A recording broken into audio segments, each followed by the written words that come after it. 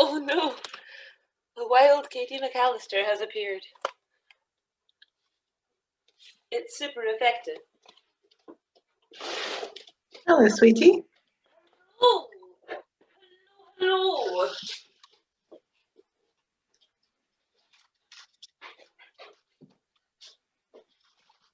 How are you? How's your day been?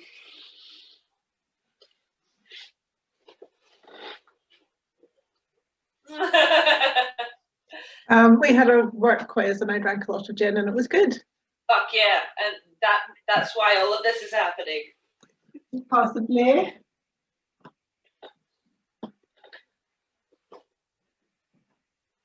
My favourite thing that Katie does is when she turns into a windscreen wiper.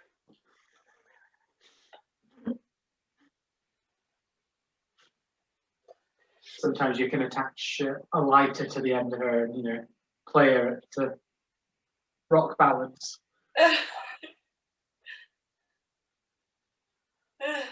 That's ideal. When you say the end, you mean like the hand? Yeah. That's the end of Katie, is the hand. Bracken was saying that their favourite thing about Katie is when she turns into a windscreen wiper.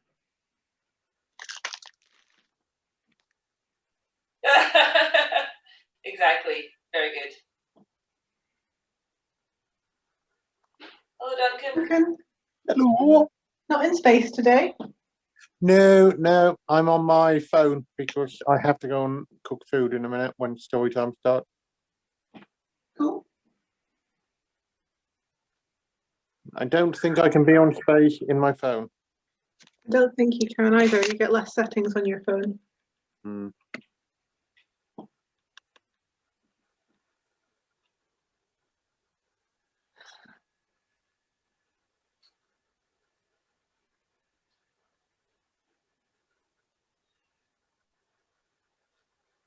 So what exciting things are happening with you, Bracken?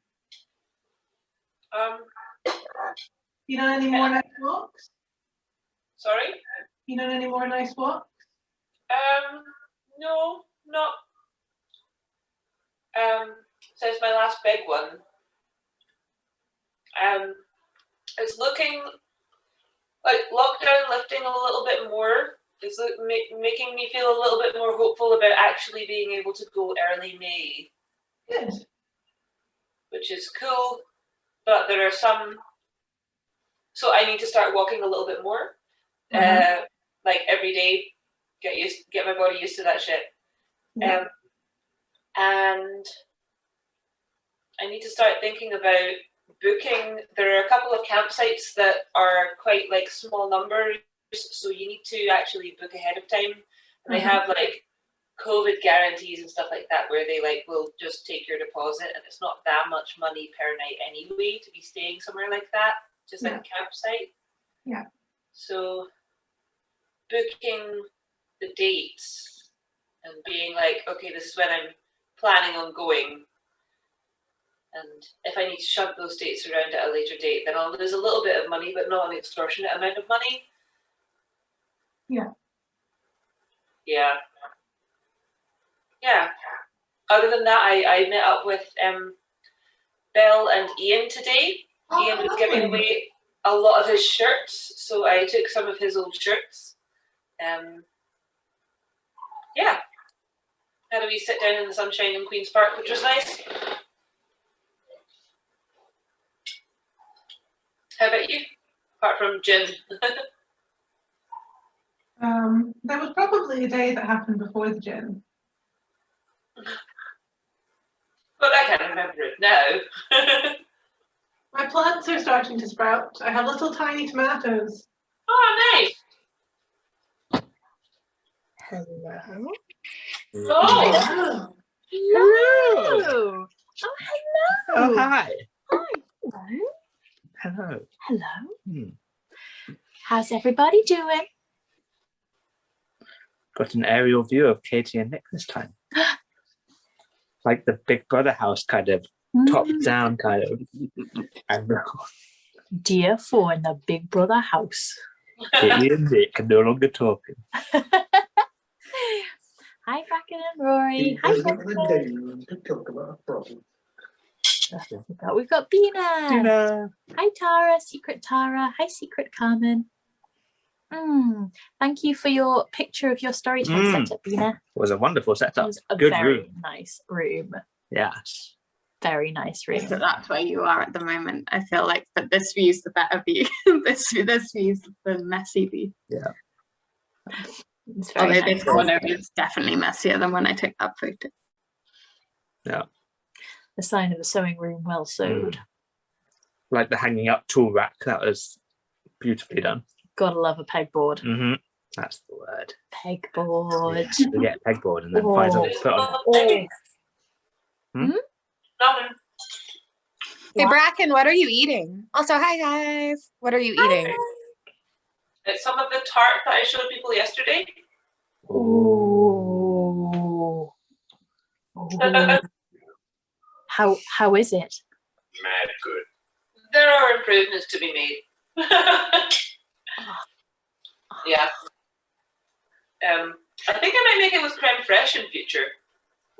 Good Ooh. plans. Creme fraiche. And also I didn't put any salt into the short crust pastry. And that was a mistake. What?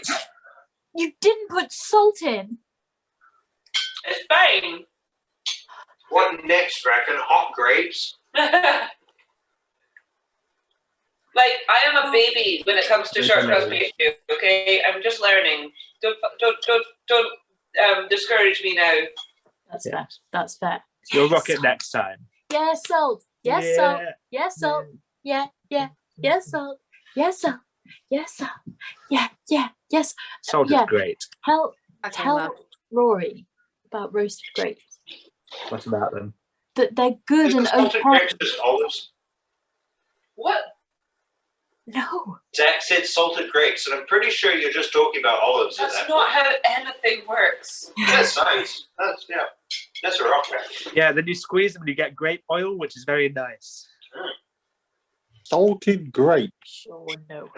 Roasted grapes. Roasted grapes. Not- You could Well, salt. You put salt on them, don't you? Salt and olive oil, you said? Again. How Rory- long do they Rory take to roast? Rory just needs to know. How long do they want, my darling? Take to roast around. A while. 20 minutes. 20 So what you're minutes. saying is I could start preheating my oven now and have some roasted grapes to taste test by Yeah. the end of story time. Mm-hmm. I'm thinking of doing that exact thing as well. We should do that. Okay, let's do it. We'll have a Yeah. taste test after. I'm gonna go preheat my oven. Are we going to do that? An impartial panel of judges. Yeah. Are we So gonna do- what? How do we do it? We take grapes, we I will put on die. olive oil and salt and throw them in the oven. That's it. Yes. Yes. Should be Take them off the bunch first. yes. Purple grapes is possible. I've never tried it with green grapes. I have purple and- grapes. And make sure that they're like not like touching each other too much, that they're not like tightly packed in the thing, otherwise they'll just stew. They should be a little bit of distance in Yeah. there. Let them have No their space. inappropriate grape touching. No inappropriate grape touching. You grapes stop touching each other. It's not a cuddle puddle, guys. Exactly. Oh, look at these grapes touching each other. Oh, you're in big trouble, you grapes. You juicy fiends. Shut up. I said nothing. You didn't have to say anything. This is true. Ah, How is everyone? Katie, you look nice. Thank you. That's I a put nice. makeup on. You look very beautiful, and I like your outfit. Thank you. I'm trying to blend in with my sewing project. Is it a stealth project? It's not a stealth project, although it is 3 steps backwards from where I was yesterday. Oh no, that sounds potentially frustrating. I mean, As Kathy Hayes, who is the most motivational person on YouTube, in my opinion, says, don't think about it as a step backwards. Think about it as a step to making it better and more to how you wanted it. Yes. Yeah. Yes. Because I am now taking a different fork, which will make this a better finished product. Sometimes you have to tack towards your destination. Yes. That's I like that. That's how boats work. That is how boats I work. made a boat reference. I appreciate that. Yeah. And it was also a sneaky sewing reference because what I'm doing today is tacking. Yeah. Yay. Yay. I really like that. I feel like it also, like, at the risk of sounding like every goddamn cliche, like, it's about what you learn along the way, you know? You realize that then, and then the next time you try to do something similar, you're not going to do the same thing, probably. Mm-hmm. Absolutely. We have a Lisa. We have Lisa. an Ash. Hi, Lisa. Look at that tiny person. Says hi. Oh. Hi, Ash. Hiya. Do you have a Jonas? I have You have it. Oh, Jonas! Oh baby, oh baby. How charming and nice. Oh, is Ash wearing blue and yellow and stripes? He is. Bina, Bina, are you seeing I this? was about to say I would totally wear Oh that. baby. Oh no. Oh Oh, sorry. it's very complicated, isn't it? Oh god. Okay.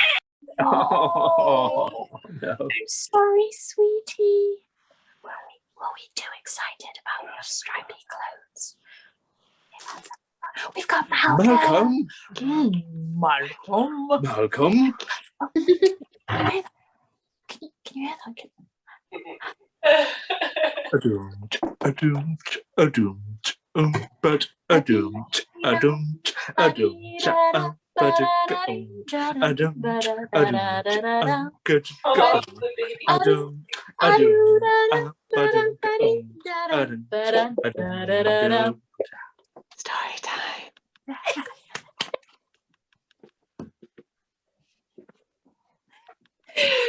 It's too wholesome. I can't bear it. I can't. I can't.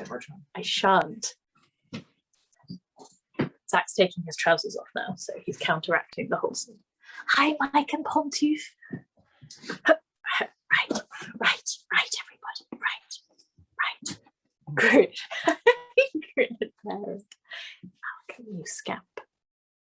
Now, everybody.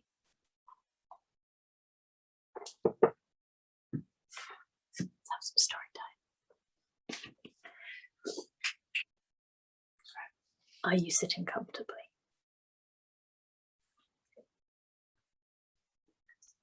Then I'll begin.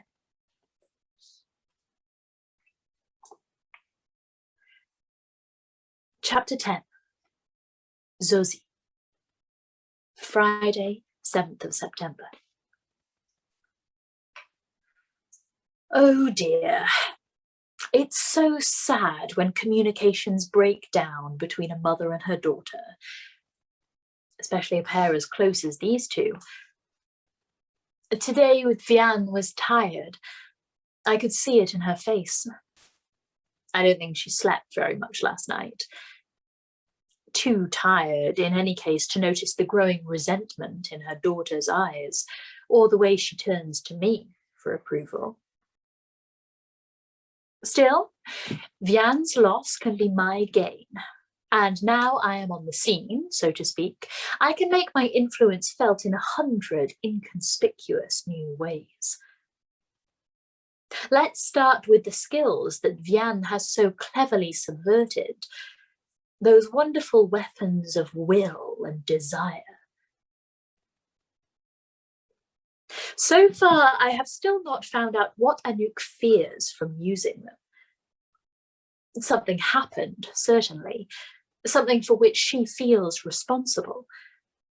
But weapons are meant to be used, Nanu, for good or for ill. It's your choice. For the moment, she still lacks confidence, but I have assured her that no possible calm can come of a little working or two. She may even use them on behalf of others. It rankles, of course, but we can cure her of selflessness later on. And by then it won't be a novelty, and we can work on essential things. So what is it you want, Anouk? What is it that you really want? Well, of course, those things that every good child wants. To do well at school, to be popular, to gain petty revenge on her enemies. Those things are easily dealt with, and we can move on to working with people. There's Madame Luzeron, so like a sad old porcelain doll with her pale, powdered face and her precise, brittle movements. She needs to buy more chocolate. 3 rum truffles a week is hardly enough to justify our attention. Then there's Laurent, who comes in every day and sits for hours over a single cup. He's more of a nuisance than anything. His presence can discourage the rest, especially Richard and Mathurin, who would otherwise call round every day. And he steals the sugar lumps from the bowl, filling his pockets with the air of a man who means to get his money's worth. Then there's Nico, an excellent customer, buying up to 6 boxes a week. But Anouk worries about his health, has noticed him walking up the butte and is alarmed at the effort it takes him even to climb a flight of stairs. He shouldn't be so fat, she says. Is there a way to help him too? Well, you and I know that you don't get far by granting wishes. But the way to her heart is a tortuous one, and if I'm not wrong, the returns will be more than worth my while. Meanwhile, I let her amuse herself, as a kitten may sharpen its claws on a ball of wool in readiness for its first mouse. And so our curriculum begins. Lesson 1, sympathetic magic. In other words, dolls. We make the dolls out of wooden clothes pegs. It's far less messy than using clay, and she carries them around with her, 2 in each pocket, awaiting the moment to test them out. Peg doll 1, Madame Luzeron. Tall and stiff in a dress made from a stray piece of taffeta tied with rusty ribbon. Hair made out of cotton wool, little black shoes and dusky shawl. Features drawn on in felt pen, Nanu pulling a dreadful face as she concentrates on getting the expression just right. There's even a cotton wool replica of her fuzzy little dog, attached to Madame's belt with a twist of pipe cleaner. It will do. And a strand of Madame's hair, carefully picked from the back of her coat, will complete the figure in no time at all. Peg doll 2 is Anouk herself. There is an uncanny accuracy to the small figures she creates. This one has Anouk's curly hair and is dressed in a piece of yellow cloth with pantoufle in grey wool perched on her shoulder. Peg doll 3 is Thierry Le Tressé, complete with his mobile phone. Peg doll 4 is Vianne Rocher, dressed in a bright red party frock rather than her usual black. In fact, I've only ever seen her wear red on one occasion. But in Anouk's mind, Mother wears red, the colour of life and love and magic. That's interesting. I can use that. But later, perhaps, when the time is right. Meanwhile, I have other work to do. Not least in the chocolaterie. With Christmas approaching in giant strides, it's time to really build up that clientele, to find out who has been naughty or nice, to try, test, taste our winter stock, and perhaps add a few special little extras of our own. Chocolate can act as a medium for many things. Our handmade truffles, still a favourite, are rolled in a mixture of cocoa powder, icing sugar, and a number of additional substances of which my mother would certainly not have approved, but which ensure that our customers are not only satisfied, but refreshed, energised, and eager for more. Today we sold 36 boxes of the truffles alone, with orders left for a dozen extra.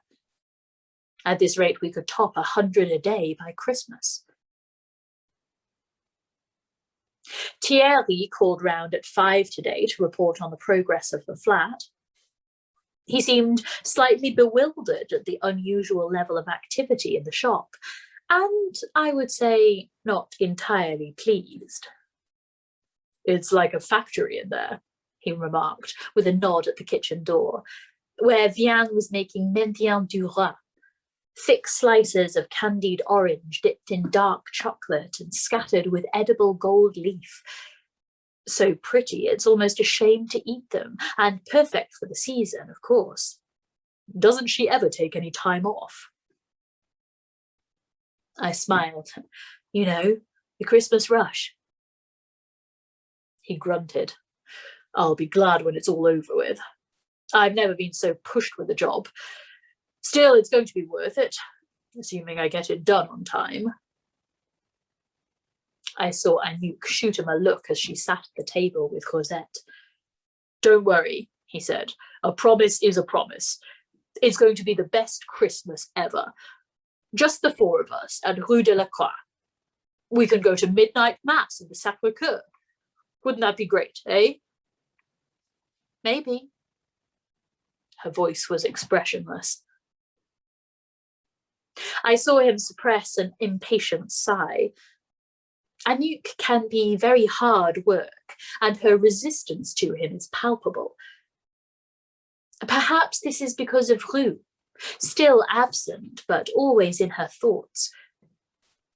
I've seen him regularly, of course, a couple of times on the butte itself, once crossing Place du Tertre, once going down the stairs by the funicular, moving fast and with a knitted cap to cover his hair as if he's afraid to be recognised. I've also met up with him at the hostel in which he is staying, to check on his progress, to feed him lies, to cash his checks, and to ensure that he stays docile and obedient. He's getting understandably impatient by now, and a little hurt that Vianne has not yet asked for him. Plus, he's working all hours for Thierry, of course, beginning at 8 in the morning and often finishing late at night. And when he leaves Rue de la Croix, he's sometimes too tired even to eat, but goes back to his hostel and sleeps like the dead. As for Vianne, I sense her concern and her disappointment too. She has not been to Rue de la Croix. Anouk, too, is under strict instructions to stay away. If Rue wants to see them, he'll come, Vianne says. If not, well, it's his choice. Thierry was looking more impatient than ever. He stepped into the kitchen where Vianne was carefully laying out the finished mendiant onto a sheet of baking paper. I thought there was something furtive in the way he pulled the door half closed, and I noticed his colours were brighter than usual, edged with jittery reds and purples. "I've hardly seen you all this week." His voice carries. I could hear it quite clearly from the front of the shop. Vianne's is less easy to hear. A murmur of something like protest, perhaps. The sound of a scuffle. His giant laughter. "Come on, one kiss. I've missed you, Jan." That murmur again, her voice rising. "Thierry, be careful. The chocolates." I hid a smile. The old goat. Getting frisky, is he? Well, that doesn't surprise me at all. That chivalrous facade may have fooled Vianne, but men, like dogs, are predictable. Thierry Le Tressé more than most. Beneath his apparent self-confidence, Thierry is deeply insecure, and the arrival of Rue has made him more so. He has become territorial, both at Rue de la Croix, where his hold on Rue gives him a strange, unacknowledged thrill, and here at Le Rocher de Montmartre. I heard Vianne's voice faintly through the door. Thierry, please, this isn't the time. Meanwhile, Anouk was listening. Her face showed no expression at all, but her colours gleamed. I smiled at her. She didn't smile back. Instead, she glanced at the door and made a little beckoning movement with her fingers. Anyone else would have missed it. She might not even have known she was making it. But at the same moment, a draft seemed to catch at the kitchen door, and it swung open sharply, slamming against the painted wall. A small interruption, but it was enough. I caught a flash of annoyance from Thierry's colours, a kind of relief from Vianne herself. Of course, this impatience is new to her. She is so used to thinking of him as an avuncular figure, dependable, safe, if a little dull. His new possessiveness is slightly overwhelming, and for the first time she is dimly aware of a feeling not just of alarm, but of distaste. It's all because of Rue, she thinks. All her doubts will leave with him. But for now, the uncertainty makes her nervous, unreasonable. She kisses Thierry on the mouth. Guilt is sea green in the language of colours, and gives him a smile that is overbright. I'll make it up to you, she says. With 2 fingers of her right hand, Anouk makes a tiny gesture of dismissal. Opposite, on her little chair, Rosette is watching her, bright-eyed. She copies the sign, "'Tis this, begone," and Thierry slaps a hand to the back of his neck, as if an insect has stung him there. The wind chimes ring. I have to go. Indeed he does.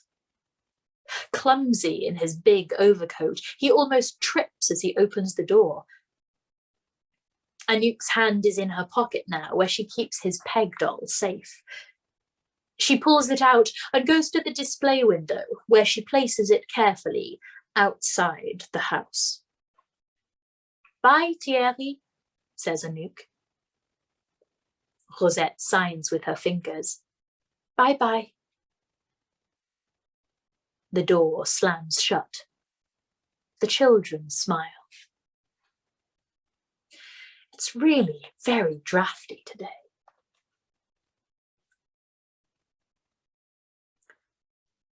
Chapter 11. Zosie. Saturday, 8th of December. Well, it's a start. The balance is shifting. Nanu may not see it, but I do. Little things, benign at first, that will make her mine in no time at all. She stayed in the shop for most of today, playing with Rosette, helping out, and waiting for another chance to use those new peg dolls of hers. She found one in Madame Luzeron, who came in mid-morning, though it wasn't her day, with her fluffy little dog in tow. Back so soon? I smiled at her. We must be doing something right. I saw that her face looked rather drawn, and she was wearing her cemetery coat, which meant that she must have called there again. Perhaps a special day, I thought, a birthday or an anniversary. In any case, she looked tired and vaguely brittle, and her gloved hands were shaking with cold. Sit down, I suggested. I'll bring you some chocolate. Madame hesitated. I shouldn't, she said. Anouk gave me a furtive glance, and I saw her pull out Madame's peg doll, marked with the seductive sign of Lady Blood Moon. A plug of modelling clay serves as a base, and in a second Madame Luzeron, or at least her double, stands inside the Advent house, looking out onto the lake with its skaters and its chocolate ducks. For a moment she seemed not to notice, and then her eye was strangely drawn, perhaps to the child with her bright rosy face, perhaps to the object in the window, now glowing with a curious light. Her disapproving mouth softened a little. You know, I had a doll's house when I was a girl, she said, peering into the display window. Really? I said, smiling at Anouk. It's rare that Madame volunteers information. Madame Luzeron sipped her chocolate. Yes, it was my grandmother's, and although it was supposed to come to me when she died, I was never allowed to play with it. Why not? Said Anouk, fixing the little cotton wool dog more firmly to the peg doll's dress. Oh, it was too valuable. An antiquarian once offered me 100,000 francs for it. And besides, it was an heirloom, not a toy. So you never got to play with it? That's not fair, said Anouk, now carefully placing a green sugar mouse under a tissue paper tree. Well, I was young, said Madame Luzeron. I might have damaged it, or... She stopped. I looked up and saw her frozen. What a funny thing, she said. I haven't thought of it in years. And when Robert wanted to play with it... She put down her cup with a sudden, brisk, mechanical movement. It wasn't fair, was it? She said. Are you all right, Madame? I said. Her thin face was the colour of icing sugar, sculpted into sharp little wrinkles like the frosting on a cake. I'm fine, thank you. Her voice was cool. Would you like a piece of chocolate cake? That was Anouk, looking concerned, always wanting to give things away. Madame gave her a hungry look. Thank you, my dear. I'd love one, she said. Anouk cut a generous slice. Robert, was that your son? She said. Madame pecked out a silent yes. How old was he when he died? 13, said Madame. A little older than you, perhaps. They never found out what was wrong with him. Such a healthy boy. I never let him eat sweets, even. Then, suddenly, dead. You wouldn't think it was possible, would you? Anouk shook her head, wide-eyed. Today's his anniversary, she went on. 8th of December, 1979. Long before you were born. In those days, you could still get a plot in the big cemetery, if you were prepared to pay enough. I've lived here forever. My family has money. I could have let him play with the doll's house if I'd wanted to. Have you ever had a doll's house? Once more, Anouk shook her head. I have it still, somewhere in the attic. I even have the dolls it came with and the little furniture.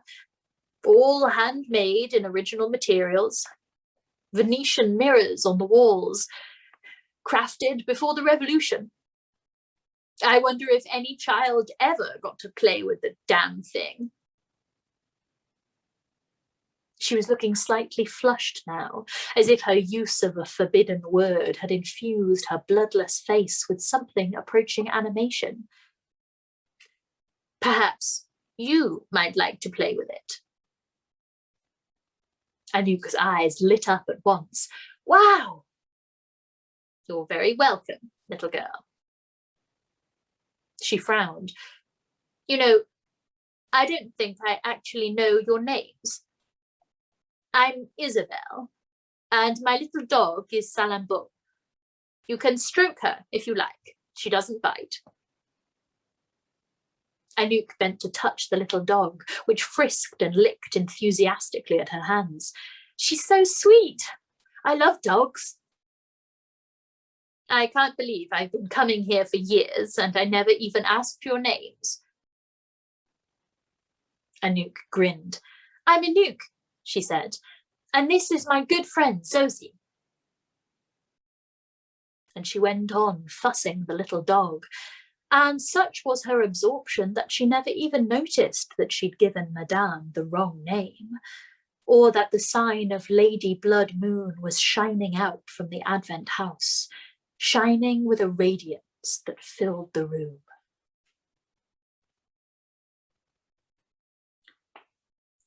Chapter 12. Anouk. Sunday, 9th of December. The weatherman lied. He said there'd be snow. He said there'd be a cold snap, but all we've had so far is mist and rain. It's better in the Advent house. It's proper Christmas there, at least. And outside it's all frost and ice, like something in a story, with icing sugar icicles hanging down from the roof and a fresh scatter of sugar snow over the lake.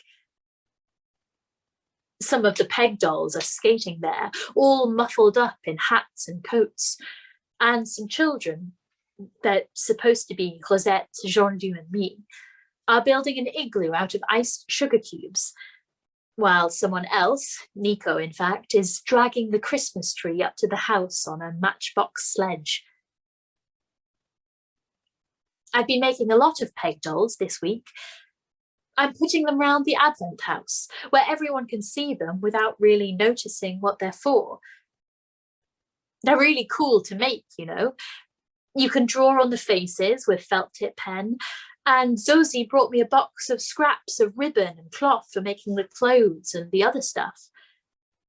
So far I've got Nico, Alice, Madame Luzon, Rosette, Rue, Thierry, Jean-Loup, Maman and me. Some of them aren't finished though. You have to finish them with something that belongs to the person. A strand of hair, a fingernail, or something they've touched or worn. It isn't always easy getting those things. And then you have to give them a name and a sign and whisper a secret into their ear. With some people, that's easy to do. Some secrets are easy to guess. Like Madame Luzon, who feels so sad about her son, even though he died so long ago. Or Nico, who wants to lose weight but can't. Or Alice, who can but really shouldn't.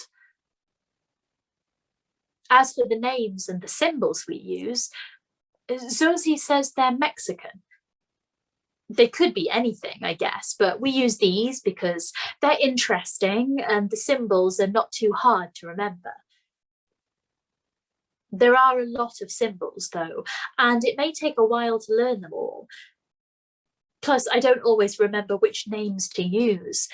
They're so long and complicated, and of course, I don't know the language. But Zosie says that's okay, as long as I can remember what the symbols mean. There's the ear of maize for good luck, 2 rabbit who made wine from the Meiji cactus, eagle snake for power, 7 macaw for success, One monkey, the trickster, the smoking mirror that shows you things that regular people don't always see. Lady Green Skirt, who looks after mothers and children. One Jaguar for courage and to protect you from bad things. And Lady Moon Rabbit, that's my sign, for love. Everyone has a special sign, she says. Zosie's sign is one Jaguar. Maman's is Ehekato, the changing wind. I suppose they're like the totems we had back in the days before Rosette was born. Rosette's sign, Zosie says, is red Tezcatlipoca, the monkey. He's a mischievous god, but a powerful one, and he can change his shape to that of any animal. I like the old stories Zosie tells, but I can't help feeling nervous sometimes. I know she says we don't do any harm, but what if she's wrong? What if there's an accident? What if I use the wrong kind of sign and make something bad happen without meaning to? The river, the wind, the kindly ones. Those words keep coming into my mind. And they're all tied up somehow with a nativity scene in Place du Tertre. The angels and the animals and the magi, though I still don't know what they're doing there. Sometimes I think I can almost see, but never quite enough to be sure, like one of those dreams that makes perfect sense until the minute you wake up, when it just dissolves into nothing at all. The river, the wind, the kindly ones. What does that mean? Words in a dream.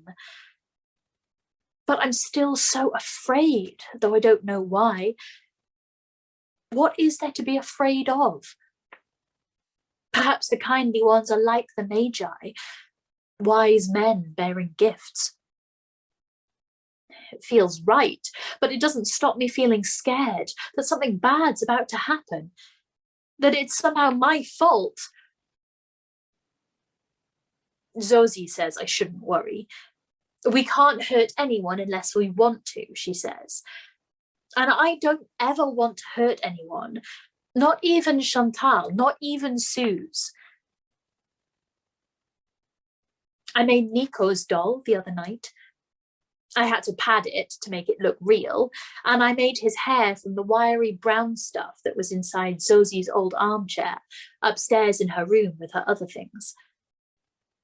Then you have to give it a symbol. I chose one Jaguar for courage and whisper a secret in its ear. So I said, Nico, you need to take control, which ought to do it, don't you think? And I'll put it behind one of the doors in the Advent house and wait until he comes along. And then there's Alice, who's his opposite.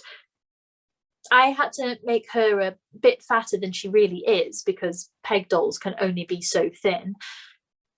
I tried taking some wood off the sides of the doll, and that worked okay until I cut my finger with the penknife and Zosie had to bandage it up. Then I made her a pretty little dress out of a piece of old scrap lace and whispered, Alice, you're not ugly and you need to eat more, and gave her the fish sign of Cantico the Fast Breaker and put her next to Nico in the Advent house. Then there's Thierry, wrapped in grey flannel and with a wrapped sugar lump painted to look like his mobile phone. I couldn't get hold of a strand of his hair, so instead I took a petal from one of the roses that he gave Maman and hoped that might work instead. Of course, I don't want anything bad to happen to him. I only want him to stay away. So I gave him the sign of one monkey and put him outside the Advent house with his coat and scarf on. I made them out of brown felt, just in case it gets cold out there. And then, of course, there's Rue.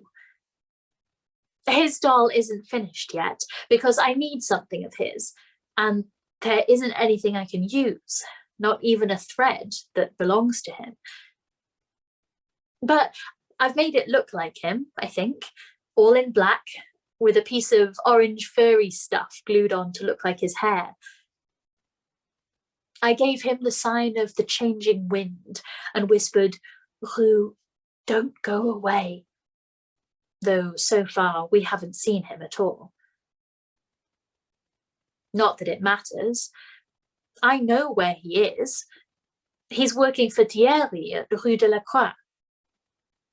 I don't know why he hasn't come back, or why Maman doesn't want to see him, or even why Thierry hates him so much. I talked to Zosie about it today, as we sat in her rooms as usual. Rosette was there, and we'd been playing a game, quite a noisy, silly game, and Rosette was excited and laughing like mad, with Zosie being a wild horse and Rosette riding on her back. And then suddenly, for no reason, the hairs stood up on the back of my neck, and I looked up and saw a yellow monkey sitting on the mantelpiece, as clear as I sometimes see Pantouf. Zosie, I said. She looked up. She didn't seem all that surprised. It turns out she's seen Bam before. That's a clever little sister you've got, she said, smiling at Rosette, who had got down from her back and was playing with the sequins on a cushion. You don't look at all alike, but I guess looks aren't everything. I hugged Rosette and gave her a kiss. Sometimes she reminds me of a rag doll or a flop-eared bunny. She's so soft. Well, we don't have the same dad, I told her. Zosie smiled. I guessed, she said. But that doesn't matter, I went on. Maman says you choose your family. She does. I nodded. It's better this way. Our family could be anyone. It's not about birth, Maman says. It's about how you feel for someone else. So, even I could be family? I smiled at her. You already are. She laughed at that. Your evil aunt, corrupting you with magic and shoes. Well, that set me off. Rosette joined in. And above us, the yellow monkey danced and made everything on the mantelpiece dance too. All Zosie's shoes lined up like ornaments, but so much cooler than china figurines. And I thought how natural it seemed, the three of us all together like that. And I felt a sudden pang of guilt about Maman downstairs, and about how when we're up here, it can sometimes be easy to forget she's there at all. Did you never wonder who Rosette's father was? Said Zosie suddenly, looking at me. I shrugged. I've never seen the point. We always had each other, of course. We never wanted anyone else. It's just that you probably knew him, she said. You would have been 6 or 7 at the time, and I just wondered. She looked down at her bracelet, playing with the charms on it, and I got the feeling she was trying to tell me something, but something she didn't want to say. What? I said. Well, look at her hair. She put a hand on Rosette's head. Her hair is the colour of sliced mango, very curly and very soft. Look at her eyes. Her eyes are a very pale green-grey, just like a cat's, and round as pennies. Doesn't that remind you of someone? I thought about that for a little while. Think, Nanu. Red hair, green eyes. can sometimes be a pain in the arse.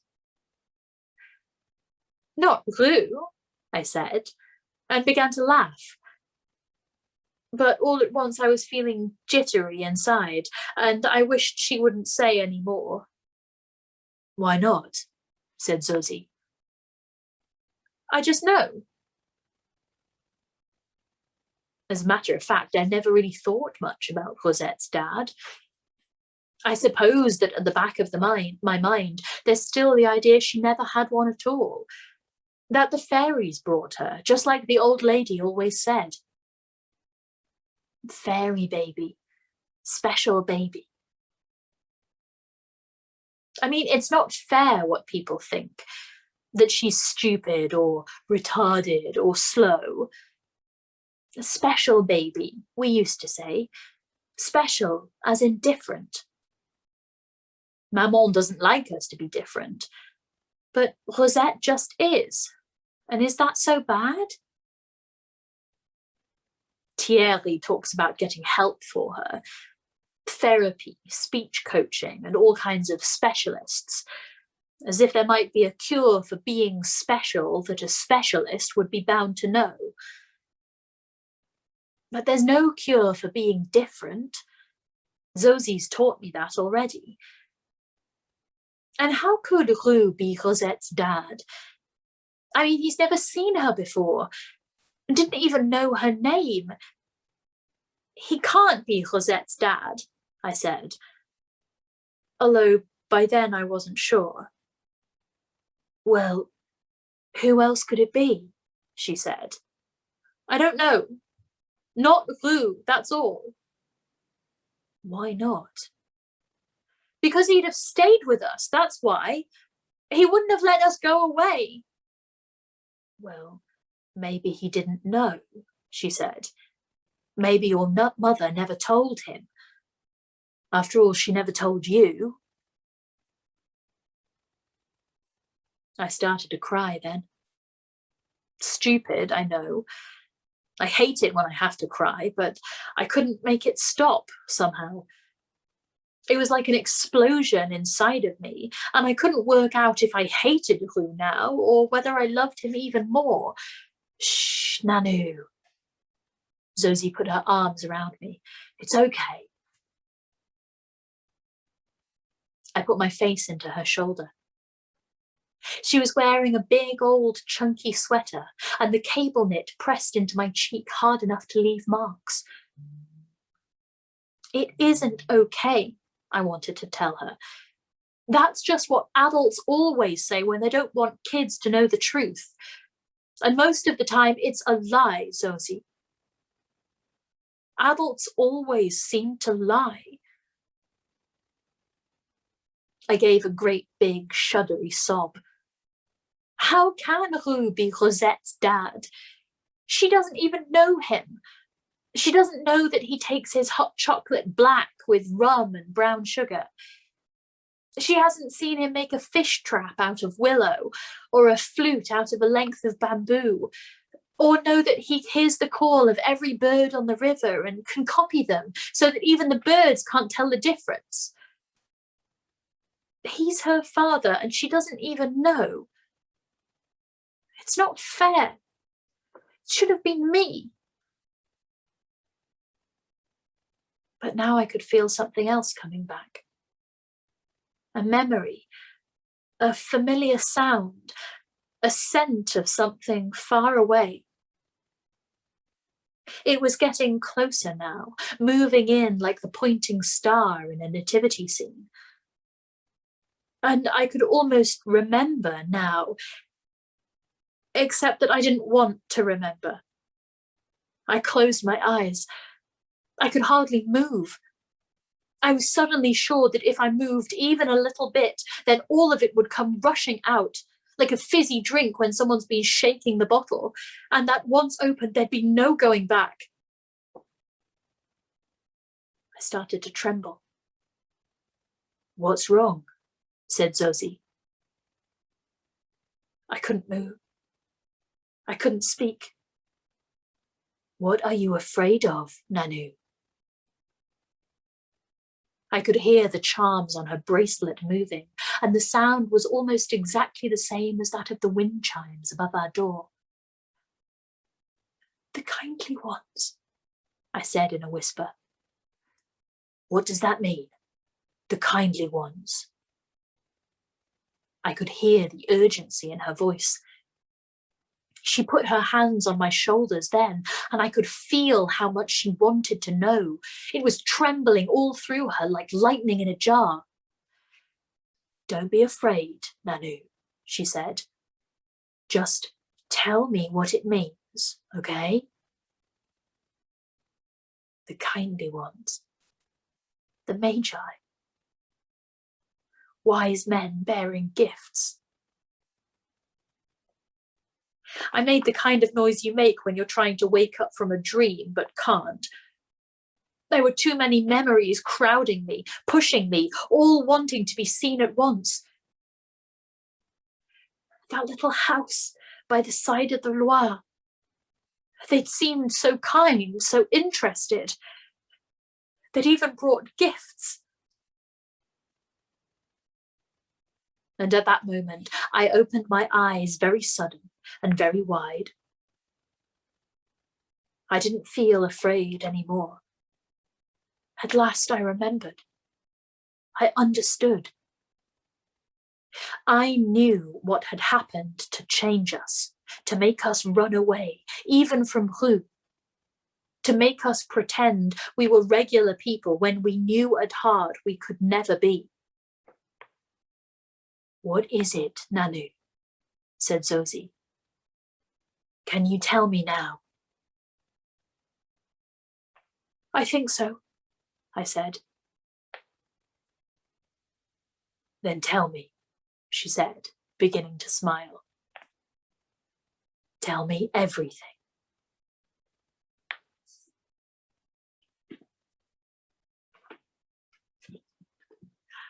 Da da da!